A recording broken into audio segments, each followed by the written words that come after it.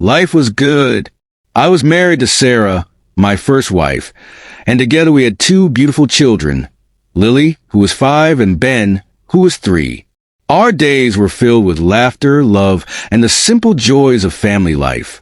I had a stable job, a home filled with warmth, and a future that seemed bright and predictable. But in a single moment, everything changed. It was a regular morning, no different from any other. I was driving to work, my mind occupied with the usual thoughts of the day ahead. Then out of nowhere, a car came speeding from the opposite direction and crashed into mine. I don't remember much after that, just darkness, silence, and then pain.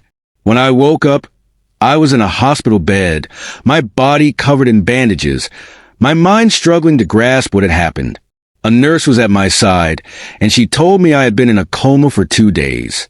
I was dazed but grateful to be alive. Little did I know, the real nightmare had yet to begin.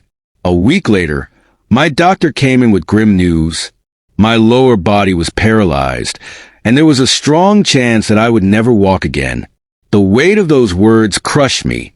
I felt like my entire life had been ripped away from me in an instant. Everything I had taken for granted, walking, playing with my kids, dancing with my wife, even the simplest tasks, were suddenly beyond my reach. Sarah was devastated when she heard the news. She cried at my bedside, holding my hand, but as the days passed, I noticed a shift. At first, she visited often, bringing Lily and Ben with her. Seeing them was the only thing that kept me going. Their little faces, their hugs, their innocent words of love. It gave me a reason to fight through the pain. But as time went on, Sarah's visits became less frequent. I begged her to bring the kids more often, but she always had an excuse. Eventually, she told me outright that they didn't want to see me as much anymore. The thought of my own children pulling away from me shattered me. Then one day, Sarah walked into my hospital room and placed a set of divorce papers in front of me. Her face was cold, her words even colder. She told me she couldn't be with a man in a wheelchair, that she was still young and deserved someone normal. I couldn't believe what I was hearing. The woman I had loved, the mother of my children, was abandoning me when I needed her the most. At first, I was in shock. But then I started hearing rumors. Friends told me they had seen Sarah with another man, an older, wealthy businessman. Some said she had been involved with him even before my accident. Others believed she had only turned to him out of desperation. Whatever the truth was, the fact remained that less than 2 months after my accident, while I was still in the hospital, Sarah had moved on. When I was finally discharged, I had nowhere to go but my mother's house. At 35 years old, I was divorced, jobless, and completely dependent on my elderly mother. She was 62 and ran a small flower shop in the suburbs. Despite struggling financially, she took care of me without hesitation. I hated myself for being a burden, but I had no choice. One of the first things I did after getting out of the hospital was try to see my kids. I went to our old house, but it was locked. Neighbors told me that Sarah had moved in with her new boyfriend, taking Lily and Ben with her. My heart sank.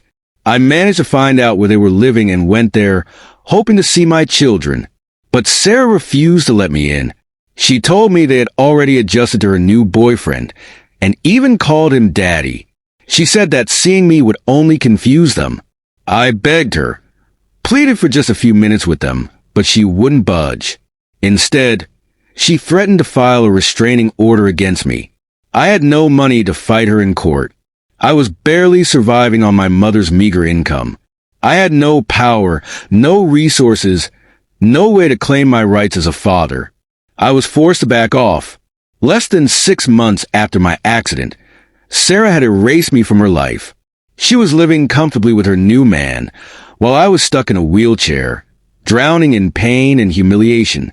I asked her how she could move on so quickly, how she could throw away 7 years of marriage like it was nothing. She didn't even look at me when she answered, "It's none of your business." And then she told me to never show my face to her again. I left that day feeling like the most broken man in the world. I went home, collapsed into my mother's arms, and cried like a child. I had lost everything: my wife, my kids, my dignity. I was nothing but a shadow of the man I used to be. But as I lay in that darkness, my mother's words cut through the despair.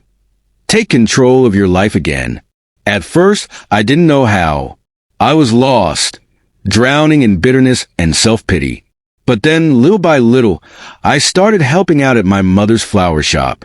I arranged bouquets, cleaned the shop, interacted with customers. It was simple work, but it gave me purpose.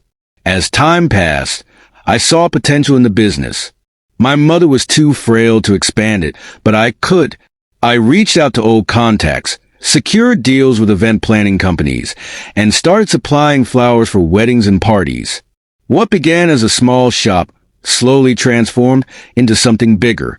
I built a team, took on larger projects, and eventually launched my own event management company. It took me 10 years to rebuild my life, but I did it. The road was brutal, filled with setbacks and pain, but I refused to let my past define me. I learned to stand tall, not on my legs, but on my willpower. I don't know if Sarah ever regretted what she did. I don't know if my children will ever truly understand why I wasn't there for them in those early years. But what I do know is this: I survived. I turned my pain into strength. And in the end, I proved to myself that even when life takes everything from you, there is always a way forward. For 10 years, I had lived with the unbearable weight of loss. Loss of my marriage, my children, and the life I once knew. My mother had been my rock, the one constant source of strength in my darkest moments. She never let me drown in despair, always pushing me to move forward, to rebuild. And I did. Sarah is left with nothing but regret. And me? I finally have my family back. But there was always an emptiness, a longing that never faded. My children. A year after my accident, I discovered that Sarah was leaving the city with them and her boyfriend.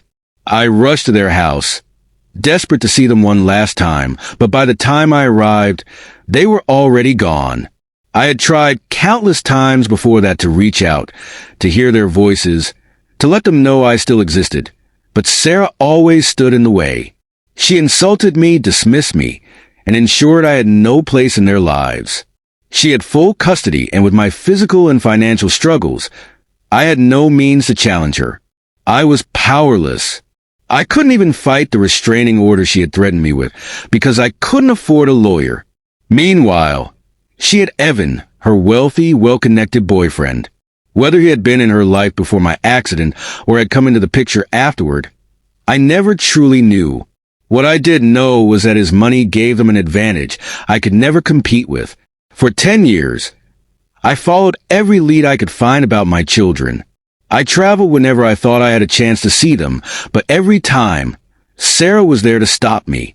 She made it clear that she would do anything to keep me away, using her boyfriend's resources to make sure I had no way of reaching them. What stung even more was that, despite living with him for a decade, Evan never married her. Perhaps karma had its own way of settling debts. Finally, last year, I was in a place where I could fight back. My event management business had flourished, and I had the financial stability to pursue joint custody. I hired a skilled lawyer, one who understood the depth of my loss and fought relentlessly for me. Sarah, as expected, did everything in her power to prevent it. She dragged the case, argued viciously in court, and tried to paint me as a stranger who had no right to enter their lives. But this time, I had a voice, and my children had one too. When the judge asked them if they wanted to see me, they said yes. That single word changed everything. I was granted 15 days with them. 15 days to reconnect, to mend what had been broken, to try and be a father again. It wasn't much, but it was something. As the day of their arrival grew closer, I was filled with a mix of nervous excitement and fear. They were no longer the little children who used to run into my arms. They were now teenagers, Lily 15 and Ben 13. And teenagers could be complicated. I had no idea what they'd been told about me, how they felt about me, or if they would even want to be here. Ashley, my wife, reassured me every step of the way. I had remarried 5 years ago, finding love in an unexpected place. Ashley was an interior designer, a woman with a keen eye for beauty and an even bigger heart. We met at an event. She was designing the venue, and I was providing the flowers. It wasn't love at first sight, but there was a connection, a quiet understanding that deepened with time. She was a single mother to a 3-year-old daughter, Anna. We built something together, not just a company, but a life. When we married, Anna found a grandmother in my mother, and my mother found a granddaughter she had never had. It was a life I never thought I'd have again, filled with love and a sense of belonging.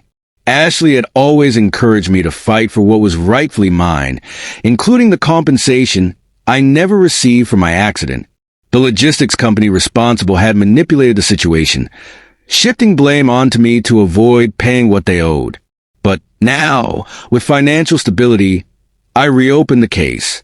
Our lawyer was confident we would win. Still, nothing mattered more than the moment I had waited 10 years for. The day finally arrived. I went to the airport to pick up Lily and Ben. As they walked towards me, I saw the children I had been robbed of, their faces older, their expressions guarded. They had grown into beautiful teenagers, but there was distance in their eyes, a hesitation that cut deep. The drive home was quiet. I asked about their school, their city, their interests, but they responded with short answers, neither rude nor warm, just indifferent. They didn't bring up their mother, and I didn't either. I wanted to ease into things, to give them space. When we arrived home, Ashley greeted us with warmth, but I saw the surprise on my children's faces. It was as if they hadn't expected her to be there. It didn't make sense to me. Sarah had lived with another man for 10 years. Why was it shocking that I had moved on as well? Ashley had prepared everything for them. Their guest room, a vacation plan filled with activities they might enjoy. She put so much effort into making them feel welcome. They neither rejected it nor seemed excited. It was hard to read them. After a while, they retreated to their room, and then my phone rang. Sarah. Her voice was full of anger, accusations flying from the other end of the line. She claimed I had tricked the kids, that I had hidden my marriage from them, that Ashley and I were trying to manipulate them. I was stunned. How could she say that when she had done everything in her power to erase me from their lives? She kept calling, but I ignored her. Instead, I knew it was time to face the truth with my children. I sat them down and asked if something was wrong. After some hesitation, they finally spoke. They were angry at me. Their mother had told them that I had abandoned them, that I had chosen to disappear from their lives, that I had never tried to find them. My heart ached. For 10 years, they had believed I had walked away from them, that I had given up. I took a deep breath. I had always wondered whether I should tell them the truth about their mother, whether it was right to expose her lies. But at that moment, I knew I had no choice. So I told them everything. I told them how, after my accident, I fought to stay in their lives, how Sarah had kept them from me. I told them about the restraining order, about how I had no money to fight back. I told them that it wasn't me who left. It was their mother who had moved on to another man within months, who had taken them away and made sure I had no way of reaching them. They listened, their faces unreadable. Years of deception had built walls between us, and I didn't know if my words could break them down. But I had given them the truth, and now it was up to them to decide what to do with it. I had 15 days to make up for 10 years, and I could only hope that somehow I could find my way back into their hearts. For years, my life had been defined by longing, the unbearable ache of missing my children, the frustration of being shut out of their lives, and the helplessness of knowing they had been fed lies about me. But that all changed the day they walked back into my world. At first, there was hesitation, a wall built from years of misinformation. But as we sat together, I laid out the truth, brick by brick, dismantling the false narrative their mother had spun. I told them everything. How Sarah had taken them away, how she had chased me off whenever I tried to see them, how she had poisoned their minds against me. I even showed them the restraining order, the countless unanswered messages, the failed attempts to reach them.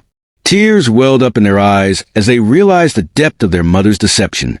Ben, my younger son, finally broke down and confessed something that shattered me.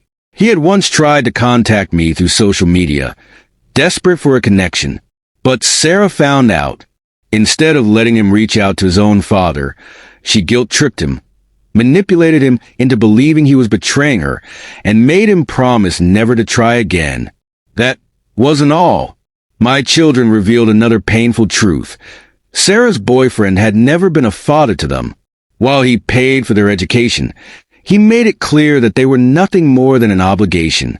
At family gatherings, they were treated as outsiders, a reminder that their mother was not his wife, just someone he had agreed to support under his own terms. The mistreatment, the exclusion, it had all weighed on them, and now they finally understood what they had been deprived of all these years. We sat there for what felt like hours, crying, embracing, letting go of the pain that had kept us apart. Determined to make up for lost time, I took them on a week-long vacation to Florida. It was more than just a trip. It was a chance to reclaim the bond we had lost. Slowly, the awkwardness faded. Laughter returned. Memories were made. Lily and Ben bonded with Ashley and Anna, who had just turned 8. Seeing them all together, seeing my family whole again, filled me with a joy I hadn't felt in years. Lily and Ben even shared photos from our trip online, proudly captioning them happy family. It was a small gesture, but it meant everything. It was proof that they saw me as their father again, that they had found a home with us.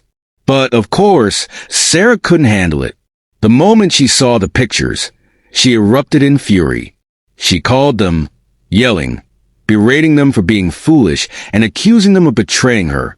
Then, she turned her anger on me, sending a message filled with threats. She swore she would stop me from seeing them again if I continued to turn them against her. I didn't even bother responding. Her threats held no power over me anymore. The rest of the vacation passed in peace, and when we returned, I introduced my kids to the rest of my family. My mother wept as she embraced them, overjoyed to finally have them back. It felt like life had come full circle, like all the broken pieces were finally coming together. Before they left, they made a promise. They would stay in touch, no matter what Sarah said. They told me they felt suffocated in her house and planned to move in with me after finishing high school.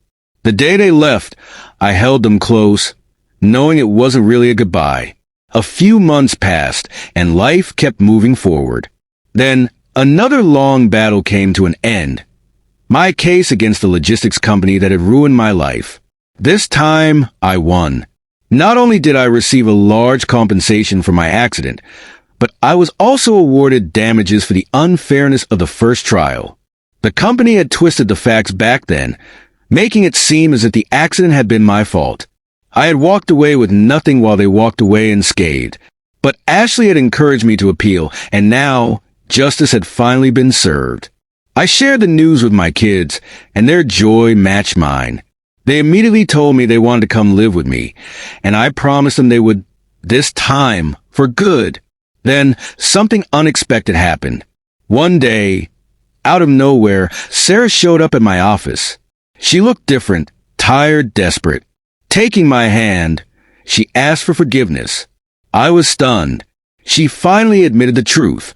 After my accident, she had panicked, afraid of a life of struggle. That was when she met the man who would become her provider. He was older, cautious after being used by younger women, and saw Sarah, 32 years old at the time with 2 children, as a safer option. But there was a catch. He made it clear that he would never marry her. He would support her, pay for the kids' education, but only under his terms. He refused to share his wealth with my children, ensuring that they always knew their place. I asked her why she hadn't just found a job, why she hadn't tried to stand on her own feet instead of using another man for security. She looked away, ashamed. She had never worked before, and she didn't believe she could. Then she said something that infuriated me. She claimed she had done it all for the kids. That if she hadn't chosen this life, they would have grown up poor. I lost it. I told her she had no right to use our children as an excuse for her choices. If she had truly cared about them, she would have given me a chance to recover, to fight for them. Instead, she had thrown me away like I was nothing, erasing me from their lives. She tried to bring up the past, reminiscing about our wedding, the birth of our children, as if those memories would soften me. But I was done. Then she crossed the line. She told me that she and the kids were my real family. That Ashley and Anna weren't. That Anna wasn't my daughter and never could be. I was disgusted. I told her, without hesitation, that Ashley and Anna were my family, that I had moved on, that I was happy, and that she was nothing to me now. She refused to leave until I threatened to call the police. Only then did she finally walk away. When I told Ashley and my mother what had happened, Ashley was upset, but she handled it with grace. My mother, however, didn't hold back. She had never liked Sarah and said what we were all thinking. Sarah had only come back because of the money. She was nothing more than a gold digger. When my kids found out about their mother's actions, they confronted her. But as always, Sarah twisted everything, playing the victim, blaming me for manipulating them. It didn't work. My children saw the truth now, and in the end, they made their choice. Sarah lost everything. Her boyfriend, upon hearing about her behavior, gave her a warning. If she contacted me again, he would kick her out. I had no doubt she would try to cling to him, but her hold was slipping. And my children? They are moving in with me this month. They will stay with us before heading to college nearby, experiencing independence while knowing they have a real home to come back to. We will continue to grow, to rebuild, to love,